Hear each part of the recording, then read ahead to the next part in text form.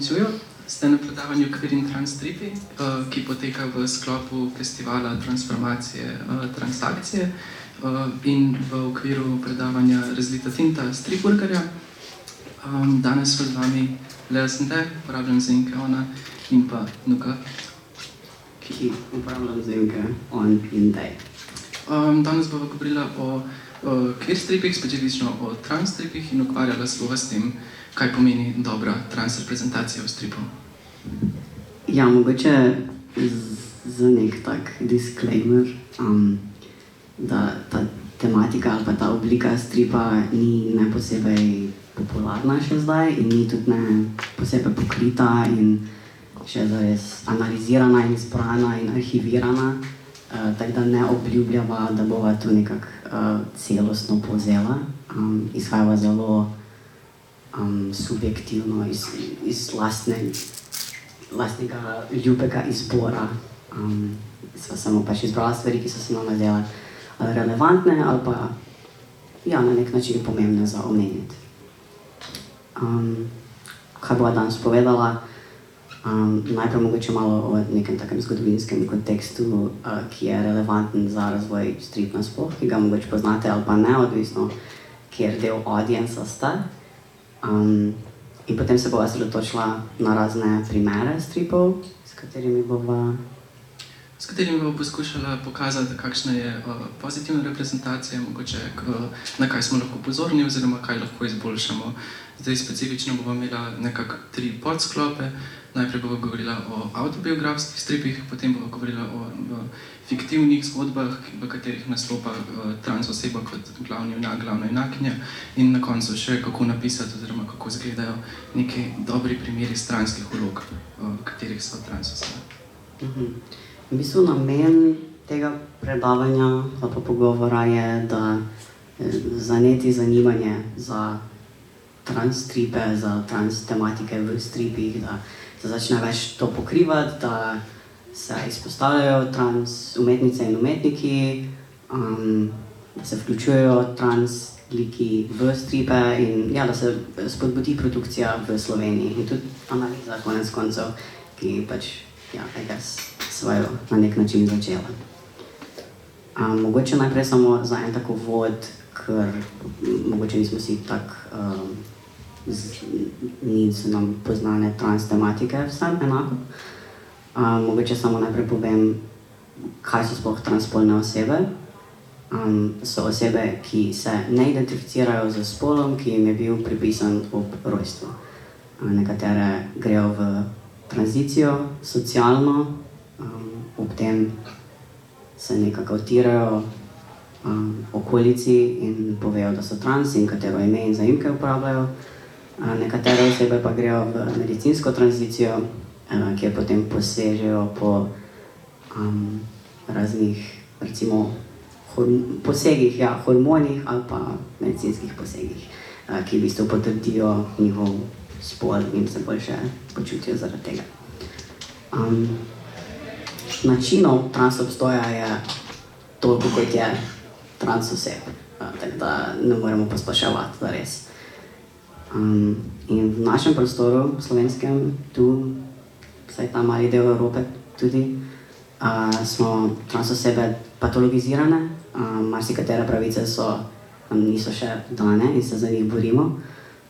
Nismo pa na srečo zares prepovedane, tako da se lahko tukaj svobodno izražamo in to mogoče, da na mnogih področjih, novih medijih v bistvu se razvijajo in vznikajo bolj vključujoče prakse in lahko osvajamo nove medije in v tem kontekstu ni zanemarljiv medij stripa. Ja, tako da samo to, da bova omenjala transspolnost, tranzicijo, potrditev spola, mogoče še kaj in potem bova sproti razložila. Če kaj ne razumete, pa prosim vprašajte. Pa še samo eno opozorilo, da bova rahlo omenila transspolnost in bova pokazala najbrž kak transspolnost. To bova sigurno. Mislim sem transfobijo in nek transfoben strip, ampak čisto minimalno, če vam takrat nekaj ne paše, samo lahko greste ven, lahko pridete nazaj. Zelo bo minimalno in manjše omembo nasilja. To je to. Potem pa jaz mogoče sam za začetek nadaljevala z reprezentacijo, oziroma kako specifično ta reprezentacija izgleda v stripu. Zdaj, reprezentacija trans ljudi, oziroma trans oseb v zadnjih letih, spravi okoli leta 1970 se je začela zares pojavljati, ampak ta reprezentacija nekako jo lahko delimo na pozitivno in negativno. Zdaj, v glavnem je bila ta reprezentacija nažalost negativna. Trans osebe so bile večinakrat predstavljene kot neka tarča posmeha ali so bile seksualizirane.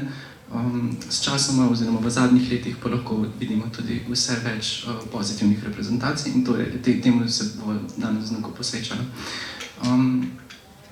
Zdaj, kako lahko prepoznamo dobro reprezentacijo? Jaz bi rekla, da je predvsem pomembno to, da se lahko ta marginalizirana skupina, ki je predstavljena, lahko prepozna v teh likih, v tej zgodbi na kakršenkoli način, se pravi, da se počuti slišano. Pomembna je tudi avtentičnost oziroma neke vrste realizem, se pravi, da lahko te zgodbe, ki so predstavljene, da jih lahko vidimo kot nekaj, kar bi se dejansko lahko zgodilo, da ne gledamo na njih kot zgolj fikcijo. In na koncu bi rekla, da morajo biti liki naravno vpleteni v zgodbo, se pravi, da lahko v njih razmišljamo kot o delu tega širšega sveta. Zdaj pa samo še na hitro, kakšni so učinki dobre reprezentacije. Zdaj, reprezentacija lahko sploh za te marginalizirane skupine pomeni ogromno, veliko več, kot si mogoče lahko mislimo. Se pravi, za pripadnike in pripadnice te skupine to lahko pomeni to, da se ne počutijo osamljene, da so njihove izkušnje validirane, da se počutijo, kot da so njihove občutja legitimna, da niso sami in to je nekaj, kar je močno pomembno.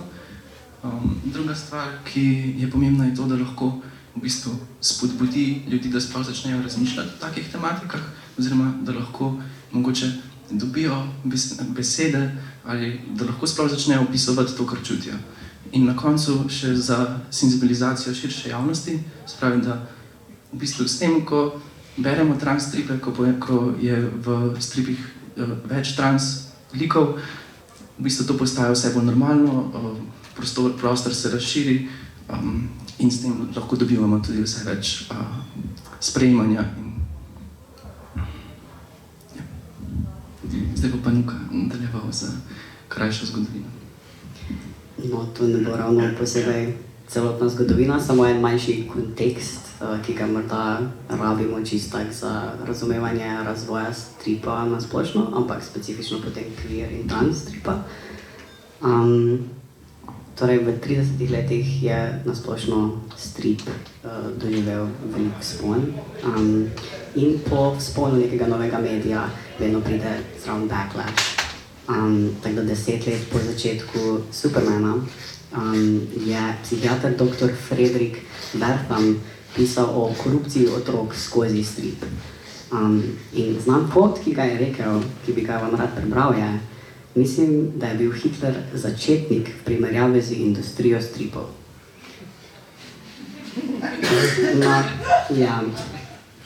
Stripi so torej po njegovem vsebovali poziv k nasilju, poziv k anarhiji, poziv k kriminalnim dejanjem, sprevrženo seksualnost, homoseksualnost in mešanje spolnih vlog. Tako da se potem na podlagi tega ustvari Comics Code Authority, ki je v bistvu privatna organizacija, ampak ustrahuje vse, predvsem mainstream založnike, da se pač držijo teh pravil, ki jih ustvarijo, ki so pač proti temu. Tako da se to potem ne vključuje od 1954 do 1989 so ta pravila upoštevana. Ampak bi rad omenil v tem kontekstu vse skupaj prvi pojav trans stripa, ki sva ga našla, sploh pač, ker se je ohranil, je bil dokaj, pač ta Charlton Comics je pač dovolj nek mainstream založba. Ja, torej, naslov je Transformacija in je nastal eno leto preden so ta pravila začela biti upoštevana. Kaj se zgodi v tem stripu? znanstvenik in njegova partnerka in sodelavka crashlandata na Marsu in se odločita. Oba ta mislita, da sta edina preživela in znanstveniku je tako zelo dolg čas in misli, kaj bo zdaj sam. In zato, ker je pristal zraven ladje, tam najde nek prototip naprave, ki spreminja spol. In potem, ker mu je tako zelo dolg čas, to je njegova motivacija, spremeni spol. In potem na koncu je ta haha moment, ko pride njegova partnerka nazaj do njega, se pripije do njega skozi Mars in je tak, haha, spremenil sem si spol in tako se konča. Ja. Strip je v tistem momentu definitivno bil inspiriran v bistvu na Christine Jorgensen, ki je v tistem času bila prva trans ženska,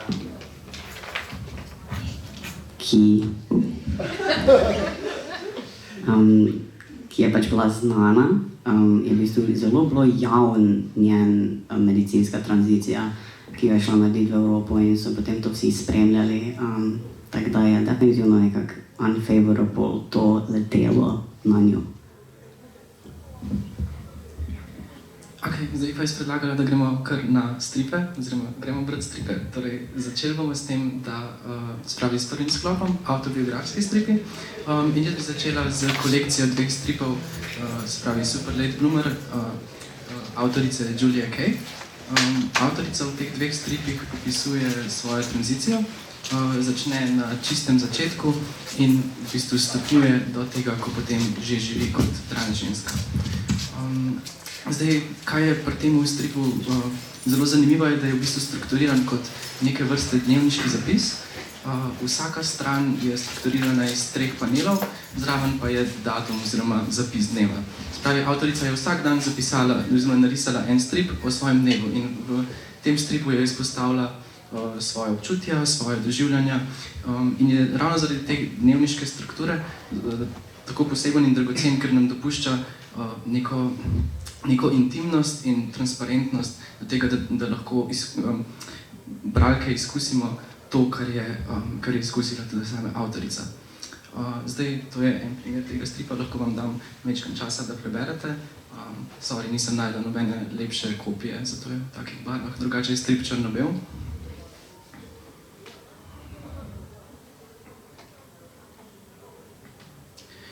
Se pravi, ena izmed mnogih kvalitet tega stripa je to, da lahko poleg teksta uporablja tudi zelo nazorne vizualne metafore. Tukaj na primer opisuje svojo spolno disforijo oziroma kako se včasih vidi pozitivni, včasih v negativni luči. Zdaj mogoče vam lahko dam še en primer, ki je zelo ilustrativen.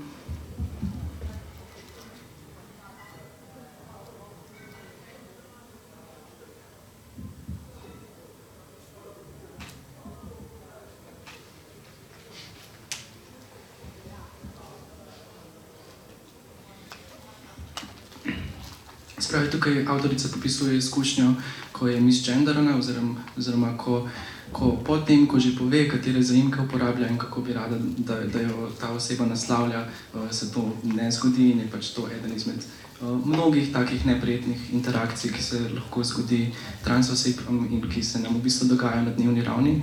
Spravi, to je mogoče še ena izmed teh stvari, ki bi jih rada izpostavila. V tem stripu je polno nekih specifičnih trans doživetij, ki so zbrana lepo v tem dnevniku in nekako zaobjamejo vse te kvalitete, ki sem jih na začetku naštela, ki spadajo pod pozitivno reprezentacijo. Ko sem prej govorila o zanimivih vizualnih metaforah oziroma o tem, kako nam ta strip lahko predstavlja te izkušnje na bolj avtohton način. Naprimer, če bi vam jaz povedala, da kot 185 velika trans ženska se včasih počutim preveliko v primerjavi z drugimi ženskami, je to nekaj. Lahko pa preberemo ta strip, ker nam Julia to nariše in se mi zdi, da mogoče majčkeno bolj ilustrativno.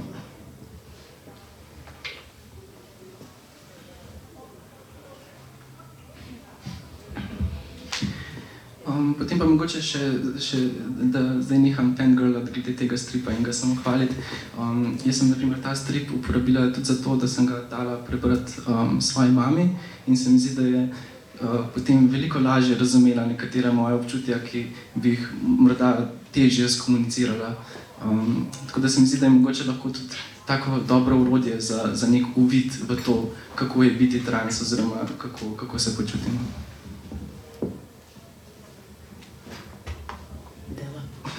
Ja. Drugi primer, ki ga izpostavljala kot nek tak, tudi prvoosebni in avtobiografski, je drugač na voljo online zastonj. Lahko ga preberete, ko pridete domov. Je dober primer nekega tipičnega stripa, ki izpostavlja čustva, doživljanja, občutke neke osebe, ki ji je bil ob rojstvu pripisan ženski spol. Se mi zdi dokaj tipičen primer teh občutij, tako da se bom temu stripu precej posvetil. Maja nas v bistvu popelje skozi svoje življenje, od otroštva do sedanjosti, ko je pač 28. In ve, da je queer oziroma se identificira kot nebinarna oseba, torej se ne povezuje ne z binarno moško ali žensko identiteto. In ja, v bistvu je zelo izpovedna in res lahko bi rekel predtlake na jeziku in je zelo, ko sem videl, ko prišla ven, je zelo desničari so imeli field day za tem stripom, no. Ker zelo izpovedno govori o travmah, o seksualnosti, o res tak zelo osebnih notranjih občutenjih. Ampak take bolj splošne so, recimo govori o frizuri in kako to močno vpliva na njegovo identiteto, kako se počuti, o tem, kako razmišlja o svojem telesu, kako si želi, da bi njegovo telo bilo, kako je, kako ga družba dojema skozi njegovo telo. Ja, in potem predvsem to, kako v bistvu spolnost in romantičnost povezuje in raziskuje hkrati z svojim spolom. In je nekako to tak nek ples, ki ga skuša dojeti. In tako kot je že rekla, se mi zdi to tudi ful pač relatable strip, ki pač je lahko strašno pomembno za druge trans osebe in hkrati za neke osebe, ki niso trans, ki bi rade boljše razumele to izkušnjo. Čeprav seveda nobena izkušnja ni univerzalna, disclaimer. Najprej bi rad izpostavil ta primer, ki je tu, ki se mi je zdel zanimiv iz stripa, ki je v bistvu torej njegova izkušnja prvega pregleda pri ginekologinji, ki se ful boji, grozno mu je iti in potem, ko gre, ga prežame oziroma prvič dojame, da lahko gre nekaj v njegovo telo in to ga navda z grozo in doma bruha in se mi zdi tak zanimiv prikaz tega tudi vizualno, kako ga nekaj prepiči skozi reproduktivne organe, ki si res pač želiš, da ne vem, ali da ne bi bila tam, ali pa da se jih niče ne tika. Ja, naslednji primer, kako daš, da si mogoče malo preberete, sicer je dosti besedil, pa da imam tam en moment vseeno.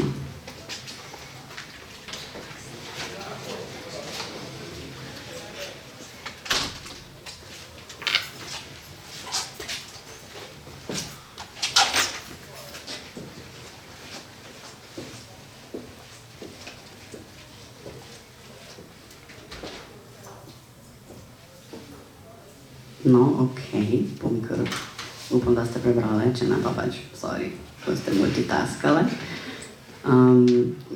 Tu mi je fino, da izpostavi to neprijetnost, še prejšnji slikice več o tem govorijo, kako mu je grozno sploh začeti pogovor o spreminjanju zaimkov, ki jih uporablja, in kako to bo odlašal in kako je pač naslovil osebo, ki se zdi, da bi ga najbolj razumela, ampak ne nekak tak fejst.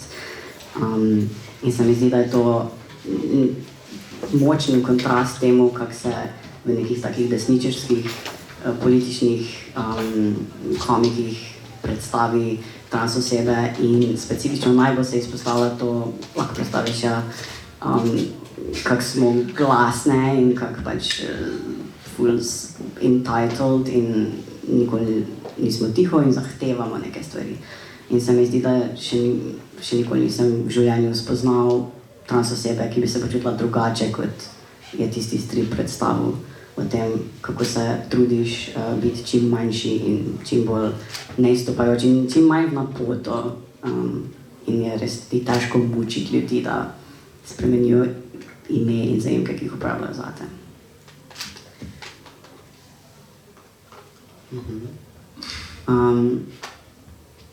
Ja.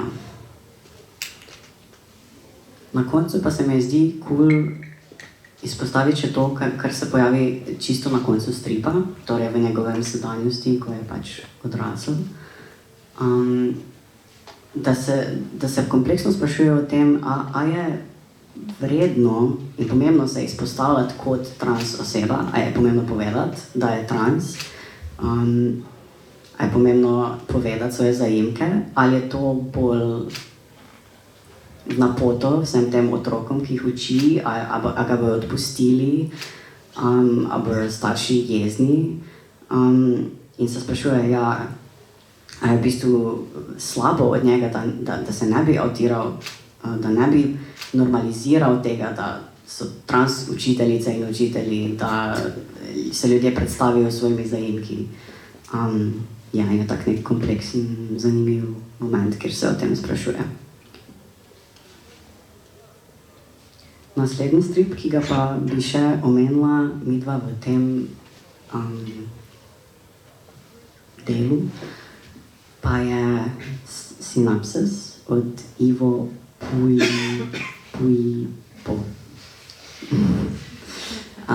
ki se mi zdi zelo zanimivo. Lahko bi rekli, da je neka osebna izpoved, si predstavljamo, da je. Ker so zelo, lahko predstaviš, so neki taki čisto segmentirani odseki čustev, dogodkov, sanjskih podob, nekih prikazni. Ne vem, nekatere so neke interakcije z ljudmi ali pa samo neki možganski procesi, ki se dogajajo sebi sami. So res tak, se mi zdi, da dokaj intimni trenutki, ki pač jih sploh ne dojamemo v celoti, zaradi tega, ker sploh nimamo dovolj konteksta, zato ker se avtor sploh je odločil, da nam bralki ne da dovolj konteksta. Ni mišljeno, da razumemo zares. Samo en mali segment si zaslužimo. In uporablja ful mešane tehnike v vsakem tem segmentu, ki ga ima. Drugačno prikazovanje podob in oseb, ki so konstantne. Nekatere osebe se pojavijo večkrat, oziroma on sam, avtor, ampak se riše na popolnoma drugačen način. Včasih uporablja besedilo, večinoma ne. Včasih je ful abstraktno, pol abstraktno, včasih je naturalistično, včasih je fotografija, pač tako se mu je zdelo primerno za potrebe tistega segmenta. In to dejstvo, da je avtor trans, je v bistvu nekaj, kar sploh ne obravnava. In se mi zdi, da bi samo trans oseba, ki to bere petič, zares začela prepoznavati neke aspekte, ki pač so relatable, ampak mogoče nobeni drugi osebi ne bi bilo to nikoli znano. In avtor tega podatka ne poda, ne zdi se mu relevantno, ampak hkrati pa je ful pomemben kontekst za celotno besedilo, ki se nam ga pač ne odloči podati. Recimo tu je ful zanimivo, nekaj tak little droplet, ki nam je daje, da pač na YouTubeu gleda, kako se brije. Nekaj take, samo čisto male aspekte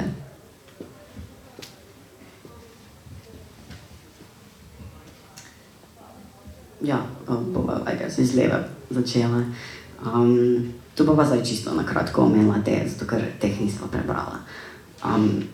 Zaradi tega, ker ta prva Dans le taxi je v francoščini, zato sem samo pač lahko sva zares opise in intervjuje s tem avtorico sva prebrala.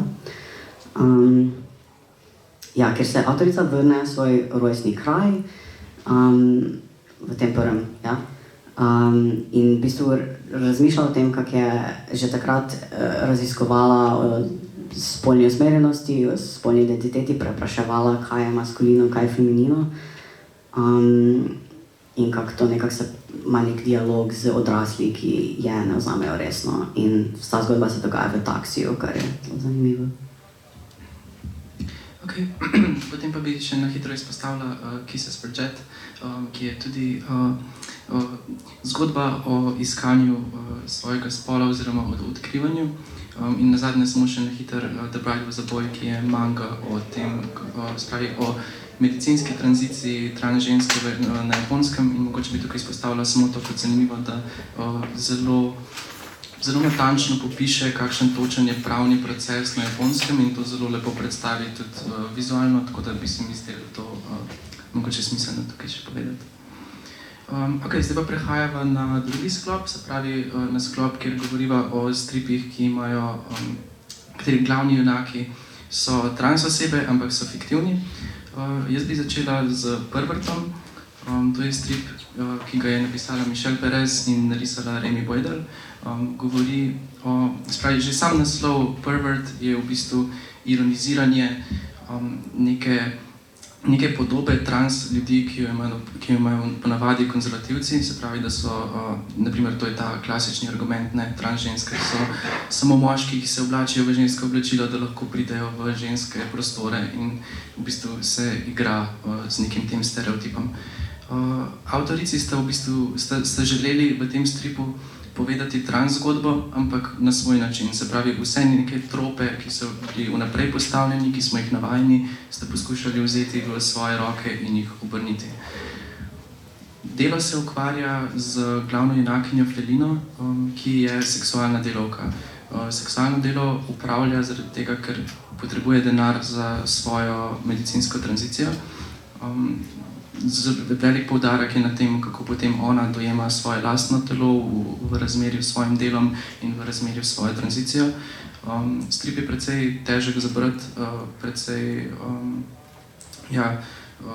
čustven. Zdaj sem ga še enkrat brala pred predstavitvijo, pa sem še enkrat jokala, tako da, ko ga boste brali, se pripravite na to. Zdi se mi zanimivo, kako tematizira in spravi spolnost in samo trans telo. Zdaj, neka zanimiva odločitev, ki ste avtorici tudi izbrali, je to, da so vsi liki antropomorfni, se pravi, vsi liki zavzemajo obliko živali, čeprav pač se obnašajo človeško. In to je bila v bistvu zelo namerno, to ni bila samo stilistična odločitev, ampak ste to izbrali zaradi tega, ker ste rekli, da poskušate na ta način te like približati publiki. Zdaj, naprimer, če pogledamo glavno junakinjo Felino, lahko vidimo, kako bi nas lahko spomnilo naprimer na Snoopija. Neke druge liki, ki se pojavljajo noter, so naprimer podobni tudi Garfieldu in nekim drugim legendam stripa. In to je bil tudi eden izmed načinov, na katere ste poskušali to približati. Se pravi, da bi mi imeli že neko predstavo, ki nam je že blizu in jo potem vzeli in rekontekstualizirali po svoje. Zdaj, tukaj sem pripravila eno sceno, ki se mi zdi najboljši primer tega, kako poskušata neke trans trope vzeti v svoje roke. Se pravi, trans ženske specifično so v medijih pogosto predstavljene zgolj kot žrtve okoliščin in v tej sceni nekako prikaže, kako se Felina upre temu in v bistvu zelo nasilno obračuna z enim transfobom. Zdaj, na naslednjem slajdu je lepa seksualna trans scena, katerih je v bistvu ta strip poln, in se mi zdi, da je to tudi močno pomembno, da imamo narisane oziroma da imamo podobe trans teles in transseksualnosti, transseksualnosti, ampak spolnega odnosa med dvema transosebama, zato da lahko, da se to na nek način tudi normalizira. In mogoče tukaj bi izpostavila tudi to, kako je v tem stripu tudi predstavljen T4T odnos, oziroma to pomeni spravi trans for trans, oziroma ko je ena trans oseba skupaj z drugo trans osebo. Nadaljevala bi z stripom 920 London, ki je naslednji projekt Remi Boydell, ki je pisala že prejšnji strip. Tukaj bi samo na hitro izpostavila, da enako oziroma podobno govori o dveh trans osebah, ki živita skupaj. Zanimivo je zaradi tega, ker nam prikazuje, kako je lahko življenje trans osebe nekako popolnoma normalno, oziroma da se lahko srečuje s podobnimi situacijami in neprijetnostmi kot vsi ostali, ampak še zmeraj, kar je pomembno, zraven imamo tudi specifično trans izkušnje, na katere se lahko tiste in tisti izmed nas navežemo. Zdaj, tukaj je na primer ena taka scena, ko glavna junakinja pod tušem naj bi pela, ampak v resnici trenira svoj glas. Se pravi, tukaj je tudi lepo uporabljena ta govorica stripa, ko vidimo, kako se njen glas tudi lomi, ko gre v višave, ko poskuša svoj glas spraviti vse više. Naslednji strip, ki bi ga izpostavila, je Firebugs Nina Bulliga. Ta strip je poseben zaradi tega, ker nam prav tako prikazuje vsakdanje življenje trans osebe, ampak obenem lahko spremljamo, kako se oseba, ki se ji zdi, da ima v bistvu v življenju že vse premišljeno, da živi življenje že v nekih sigurnih tirnicah, se potem sreča s tem, da začne preizpraševati svojo spolno identiteto. In kar je tukaj zanimivo, je, da lahko spremljamo od tega, ko se tega zave, do tega, da se potem nekako poskuša o tem pogovoriti sama s sabo, potem svojo partnerko in potem proti koncu tudi širša okolica. Tukaj bi izpostavila mogoče še to, da nam prikazuje tudi ta strip nam prikazuje trans telesa in neke trans odnose, naprimer partnerka glavnega junaka, junakinje je trans ženska in lahko tudi vidimo, kako to naprimer vpliva na njun vsakdan. Naslednji primer je Boy Island od Leo Foxa. Tega lahko tudi berete zastojn na Instagramu posta, ni še končan. Ampak se mi zdi, po moje, če boste prebrali katerikoli strip, katere liki so transmaskuline osebe, potem preberite tega. V bistvu je ful zanimivo uporabi fantazijski svet, ki je konstruiran specifično za potrebe te narative, ki jo ima zapovedati. Ful se igra za simboliko, v svojem svetu prikazuje neka pravila, ki jih imamo v našem svetu, ampak jih popači oziroma jih pretirava na tak način, da postanejo čisto absurdna, tak jih poudari. In na kar se torej koncentrira je spol in spolne vloge. Specifično samo to povem o zgodbi, ker drugače ne izdam nič, idite brati. Je, da v tem svetu sta dva otoka, eno je otok punc in drugo je otok fantov. In vse trans osebe ali pa osebe, ki se ne identificirajo s tem, so pač v morju potonili. Oziroma so nekje ujete na katerem izmed teh otokov. Zanimivo in cool mi je, kako prikazuje trans telesa in hoče neko perverznost, transperverznost, ki jo hoče osvojiti za sebe in ne kot, pač hoče jo prilastiti trans osebam in tudi prikazuje ful fino ljubezen med trans osebami. In zanimivo mi je, tako to je začetek stripa, kako tebe kot bralko ali bralca naslavlja kot ti si main character tega stripa, ki je transmaskulina oseba. Tako da to se mi je zelo ful cool in zanimiv pristop in likovno je ful, ima zanimive in cool rešitve.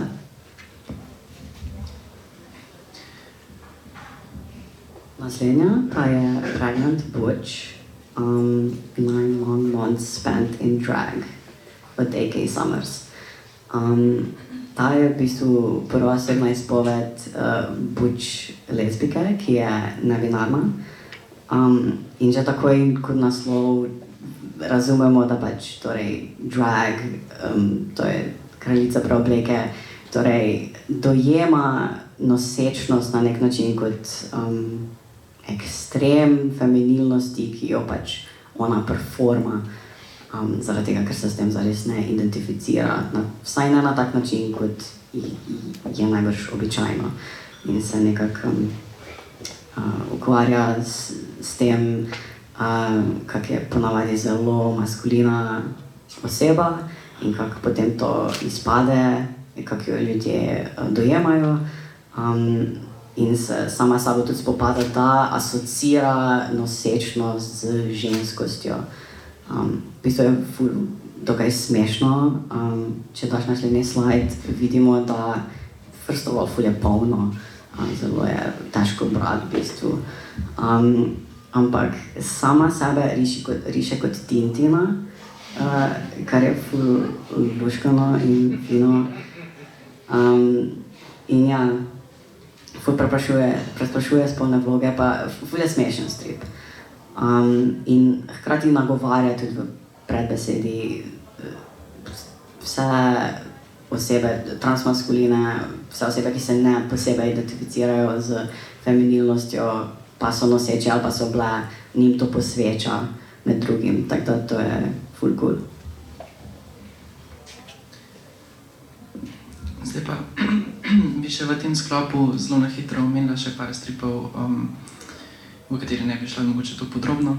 Zdaj najprej Passing je zelo kratek strip, ki si ga lahko preberete v 2 minutah, v katerem avtorica govori o tem, kako mora obenem pesati kot transženska in kot oseba, ki nima disabilityja in kako je to v bistvu težko, ko mora igrati dve te družbeni vlogi obenem. V drugem stripu Double House oziroma manga lahko spremljamo glavno junakinjo, ki je transženska, ki se potem sreča z drugo osebo, v kateri lahko znotraj konteksta razberemo, da bi lahko bila transmaskulina, čeprav ni v stripu nikoli direktno zapisano. Ampak je zanimivo, kako je narisana in prikazana ta njuna interakcija. Zdaj mogoče zadnji strip Girl Heaven je pa zanimiv zaradi tega, ker je napisan za mlajšo populacijo in nam predstavlja transfeminilno osebo, ki se sooča s svojo doživljanjem spolne identitete in kako se potem razkrije, kako napreduje in kako na koncu to sprejme in zaživi. Če mislim še dovoliš nekaj o Passing reči. Pač zdi se mi ful cool, če še samo čisto nekaj rečem o tem, da svojo šibkost ob svoji oviranosti poveže z moškostjo. Tako da potem, ko in nekdo reče, da nekaj ne more dvigniti, to poveže s tem, da jo oni dojemajo kot moškega, kar je ful zanimivo. In pa na koncu ima neko tako zanimiv razmišljek o tem, da kot trans osebe lahko prilagajamo svoje telo za naše potrebe, da se boljše počutimo, ampak kot oseba z oviranostmi zares več, kot da ima te opore, pa ne more narediti in si želi, da bi bila lahko cyborg. Ok, zdaj se pa premikava še v zadnji sklop, se pravi v sklop, kjer si bomo pogledali 2 primera stripov, kjer trans liki igrajo neke stranske vloge. Zdaj prvi strip, oziroma zbirka stripov imenuje se Meg and Mog, to so skrajno absurdistični stripi Simona Hanselmana, priporočam, zelo so zabavni, ampak tudi precej kruti, tako da. Ampak skratka, govori o čarovnici in mačku, ki v bistvu cel dan kadita travo in iščeta neke druge droge. Skratka, v tem nekem razširjenem krogu prijateljstva se pojavi tudi ena trans oseba, in sicer Booger. To je ta, lahko jo vidite. Zanimivo je, ker je, spravi, ves čas je zraven, ves čas je del dogajanja, nikoli ni posebej izpostavljena, ampak nikoli pa tudi ni zapostavljena. Se pravi, zdi se mi, da je to nek dober način, da inkorporiramo tudi trans slike v zgodbo, ampak lahko pa vidimo tukaj kot neka zelo specifična trans izkušnja. Se pravi, veliko trans ljudi jim je zelo neprijetno, sploh v javnih prostorih, ko morajo iti v vodo, in tukaj lahko vidimo neko tako interakcijo oziroma doživljanje. Drugi strip, ki bi ga izpostavila, je ona Sunbeam, ki je sicer queer čez in čez, ampak v njem nastopa tudi ena nebinarna oseba. Zanimivo je, da tudi tukaj ta sama nebinarnost ni nikoli specifično v fokusu, ampak je pa močno pomembna in strip nam daje veliko nekih namigov in prostora za razmislek o tem, naprimer, ko je ta oseba izgnana iz svojega planeta brez razloga in potem najde svoje prijatelje in svojo družino v posadki te vesoljske ladje. Naprimer, tole je pač prikaz tega lika.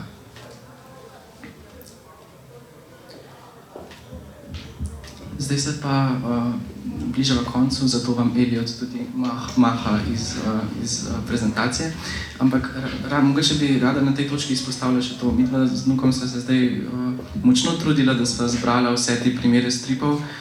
Se pravi, trans stripov v resnici ni tako zelo veliko, čeprav mogoče zdaj po tej predstavitvi imate tako vtis, kot jih je, ampak jih je pa zelo veliko v neki drugi obliki. Se pravi, če čisto povem svojo izkušnjo, jaz sem prej videla trans osebo v neki seksualizirani porn obliki, kakor v obliki stripa. Se pravi, obstaja nešteto stripov, v katerih so trans osebe seksualizirane oziroma v obliki v obliki porn stripov, in mogoče ta reprezentacija ni nujno najboljša. Se mi zdi, da sem poudarila, kakšna reprezentacija seksualnosti je dobra s pervertom in mogoče kakšna ni tako zelo. Ja, mogoče, mislim, ta fetišizacija, ki jo delajo specifično cis osebe, torej osebe, ki niso trans, kjer se jim zdi, da je to nekaj tako malo narobe, ampak ful seksi. Tako da to je, kar nekako ne bi rada omenjala in spodbujala, ampak tega je ogromno, milijažen teh stripov, res najprej naletiš na te.